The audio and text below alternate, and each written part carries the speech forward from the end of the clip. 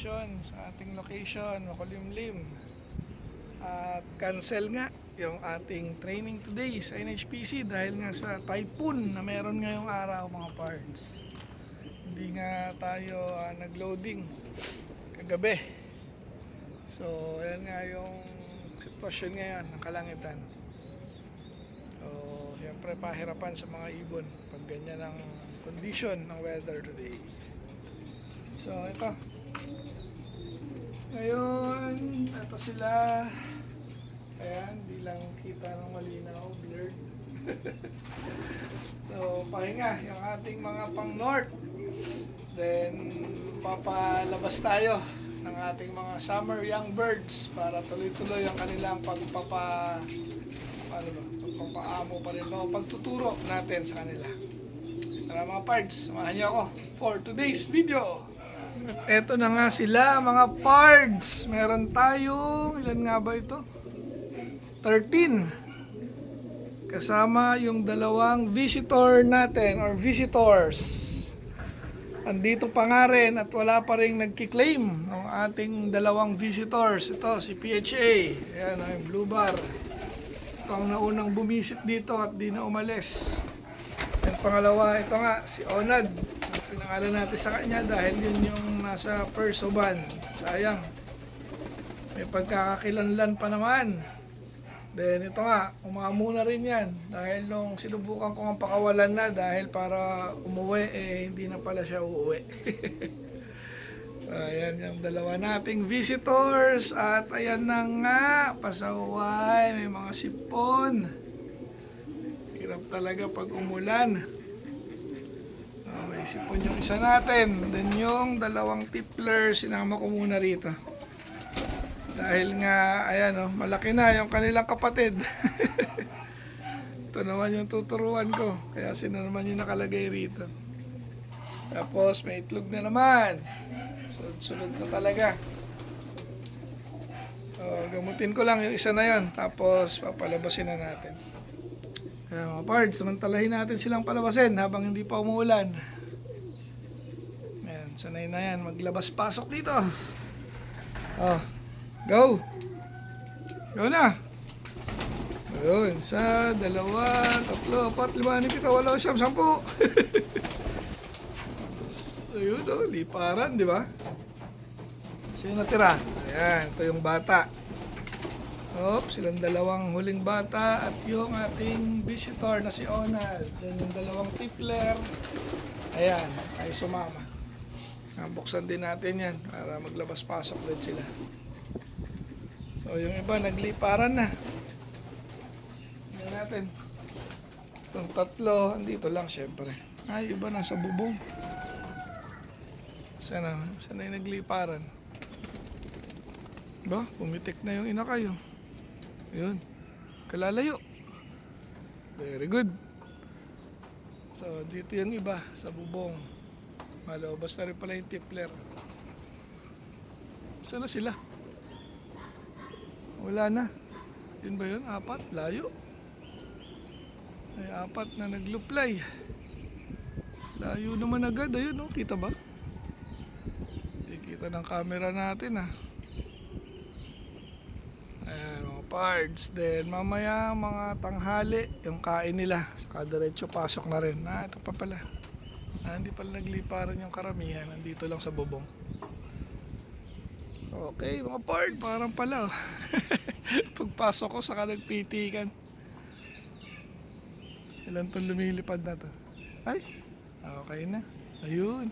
4, 5, 6, kanya-kanya pa. Okay yan, dito lang kayo banda. Walang lalayo. Ayun Sana? Yun. Ayun. Isa nga pala mga pards, meron akong papakita sa inyo. Si Yamato pala. Grabe to, dilala ko muna rito. Diyan si Yamato, ayun namamaga yung isang mata niya. Ginamot na nga natin pero walang reaction, so baka hindi sipon ito. Pero nagbabasa naman. Ayan, oh, pikit yung isa niyang mata. Nung una nakapag-away ito eh. Baka napasama yung pagkakatoka mga parts. So hiniwalay nga muna natin kasi nabubuli siya dun sa mga barako. Hindi siya makakain ng maayos. So hopefully makarecover agad. Grabe, ang laki na ng ilong ni Yamato. Borgang borga. Bilang na tayo mga pards. At eto na nga sila. Unang bumungad. Yung dalawang young bird. Yung dalawang tinuturuan. Si Onad. Ang Loop Visitor. Ayan, yung mga nauna. Okay, so bilang tayo. 1, 2, 3, 4, 5, 6. Yung pangalawang Loop Visitor. Si PHA. 7, 8, 9, 10, 11, 12, at 13. Kompleto tayo. Ang amo nung anak ni ano. Ay, kanino ba anak to? Ano ba ring number mo? Tingin. Tayo. Okay, so ito nga. Yung anak ni Layla Mac. Siya yung pinakamabait dito sa grupo. Ito, may lap to eh. Oo. So, si Layla Mac yan. Si Layla Mac tuloy. Anak ni Layla Mac. Meron tayong 13 kasama yung dalawang Loop Visitor at itong ating Tiffler 15 sila. Sila ngayon yung ating pinagtsatsagaan turuan. Itong lalo na yung mga summer ring. Dahil nga sila yung gagamitin natin para sa extreme long distance mga pards. So sino kayang lulusot dito? Baka lulusot yung mga visitor. Ito, si Onad. Saka si PHA. So ayan, kunin nyo na nga ito mga pards. Kung sino man yung tunay na may-ari. Dahil pag ito talaga umabot ng derby mga pards, hindi ko na ito isusole. Ano kayo? Tawag doon? Siniswerte? Hinantayin nyo lang umabot ng derby. So kunin nyo na yan. Dahil kahit pakawalan natin nga, wala na. Wala nang pag-asa. So, baka mga good breeder nyo ang may anak dito. So, pwede nyo namang i-stock na yan. Dahil, kung hindi nyo na makukuha yan dito, lilipad sila.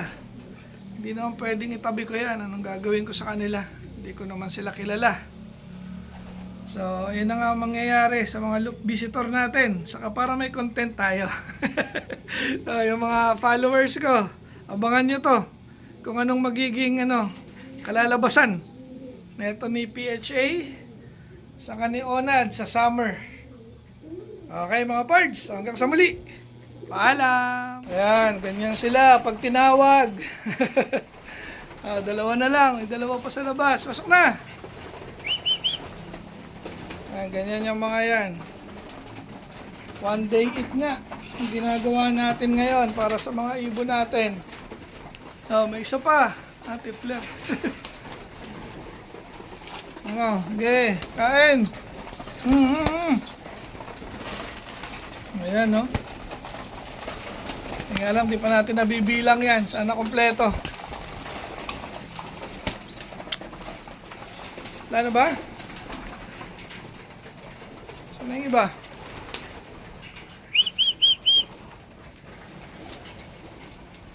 Isang Tiffler na lang. Pakainin ko na lahat mga parts.